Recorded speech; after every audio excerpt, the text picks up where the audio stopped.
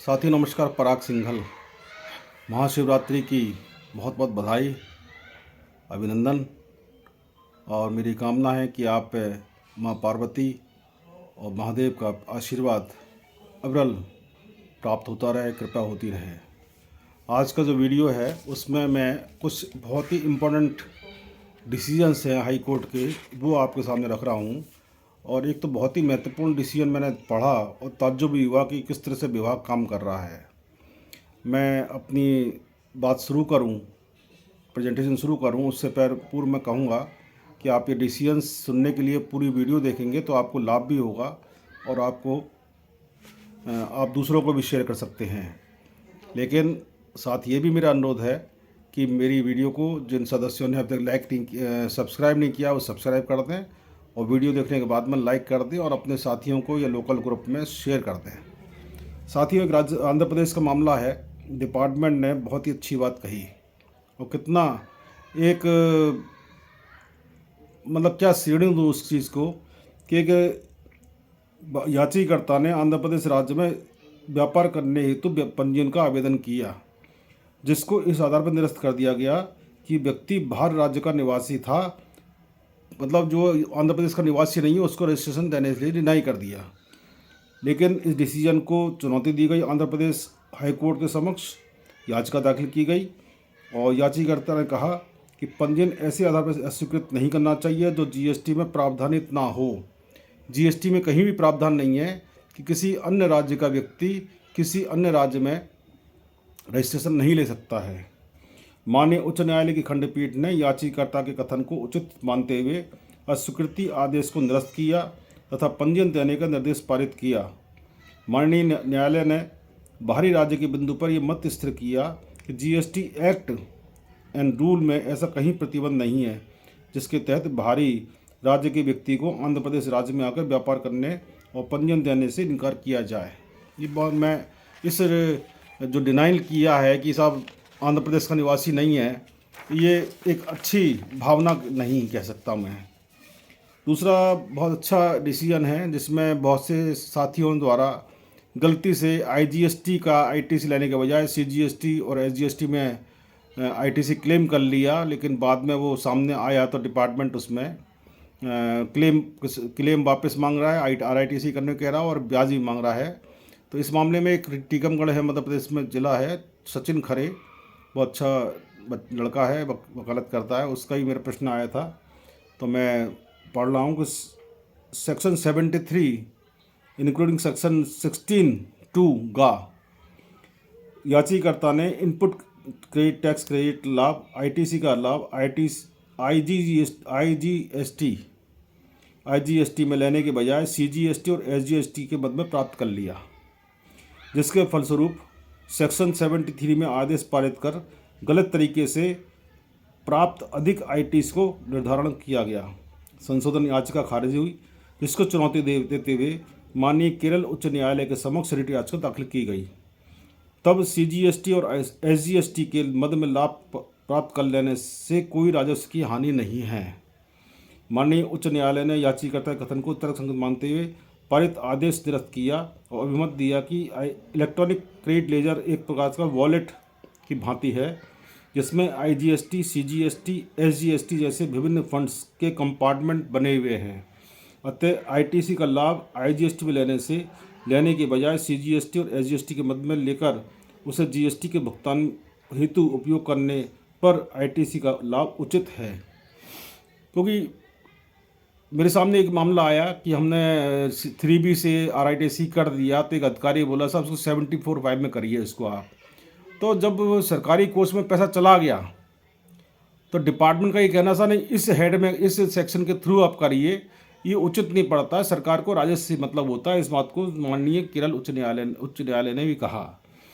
और तीसरा जजमेंट है शैल शब्द का यूज़। देखिए, बड़े शब्दों का बड़ा महत्व होता है किसी भी सरकारी डॉक्यूमेंट में, सरकारी नोटिस में या रिट याचिका दाखिल करते हैं, उसमें शैल शब्द आया है तो बड़ा शब्दों का महत्व होता है कि शब्द का अर्थ क्या निकल रहा है, उसका अर्थ क्या माना जा रहा है।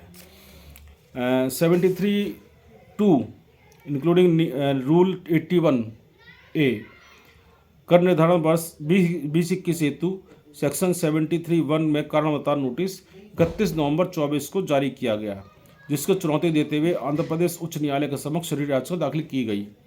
याचिकाकर्ता का कथन है कि धारा 73 सेक्शन 73(10) व 73(2) के प्रावधान के परिप्रेक्ष्य में नोटिस जारी करने की अंतिम तिथि 28/11/24 थी और धारा 73(2) में शेल शब्द का प्रयोग हुआ है, जिसका तात्पर्य है कि समयावधि लिमिट टाइम लिमिट के प्रावधान बाध्यकारी हैं।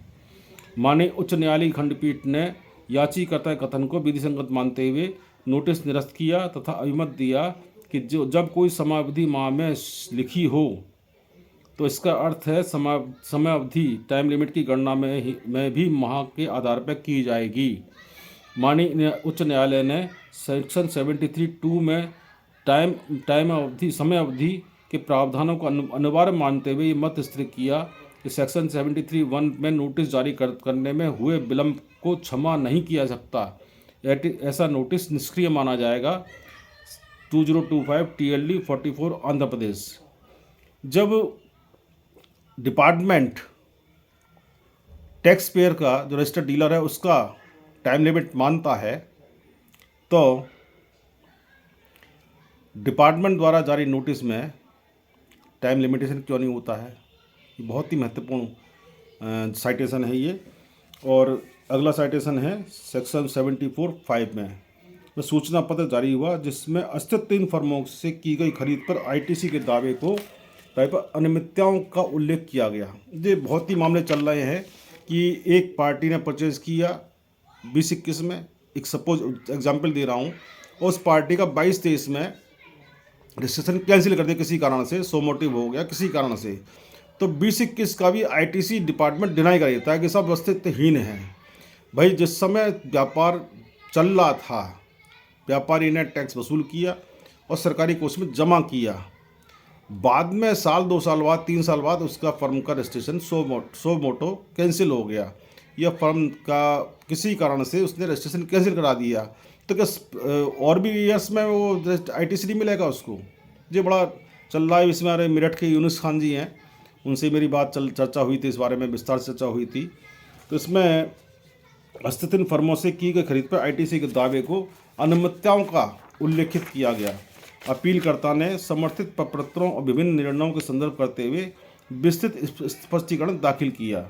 सेक्शन 74(1) में कारणवता नोटिस जारी हुआ जिसको चुनौती देते हुए कलकत्ता उच्च न्यायालय के समक्ष अपील दाखिल की गई। अपीलकर्ता का कथन है कि धारा 74(1) में जारी नोटिस सेक्शन 74(5) के सूचना पत्र के नकल मात्र है, जिसमें दाखिल स्पष्टीकरण से किसी भी तर्क पर विचार नहीं किया गया है। माननीय उच्च न्यायालय की खंडपीठ ने अपीलकर्ता के कथन को तर्कसंगत मानते हुए सेक्शन 74(1) के नोटिस को निरस्त किया तथा मामला इस निर्देश के साथ रिमांड किया कि दाखिल स्पष्टीकरण विचार करने के पश्चात नोटिस जारी किया जाए।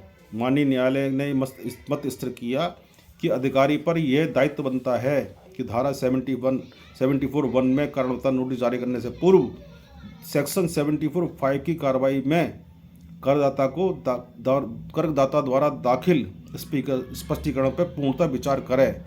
ये मामले बहुत आते हैं कि साहब रिप्लाई दे दिया गया लेकिन डिपार्टमेंट ने उसे कंसीडर नहीं किया, उसको बाईपास कर दिया और अपना डिसीजन थोप दिया। इसका कारण ये भी हो सकता है कि सर उनको ही दिखाना है हेडक्वार्टर पे या अपने उच्च अधिकारियों को सर हमने डिस्पोजल कर दिया और कितना टैक्स इम्पोज किया ये बता दिया, लेकिन आगे चल के डिपार्टमेंट वर्सेस रजिस्टर्ड डीलर में लिटिगेशन चालू हो जाता है। व्यापारी तो अपना खर्चा स्वयं भुगतता है, लेकिन अधिकारी द्वारा दिए गए गलत डिसीजन के परिप्रेक्ष्य में संदर्भ में जो लिटिगेशन चालू हो गया उसका खर्चा डिपार्टमेंट उठाता है। तो इस प्रकार के निर्णय से डिपार्टमेंट पे एक बेकार का आर्थिक बोझ पड़ता है जिससे रेवेन्यू लॉस होता है। ये साथियों मैंने 4 दिए आपके सामने, बहुत महत्वपूर्ण डिसीजन आपके सामने दी रखे हैं, इस पे आप नोट कर लीजिएगा और भविष्य में कोई ऐसी बात होती तो मुझे आप व्हाट्सएप पे मेरे लिख सकते हैं, प्रश्न कर सकते हैं 9410664214 पर। अच्छा लगेगा, स्वागत करूँगा मैं। नमस्कार, जय हिंद, जय भारत।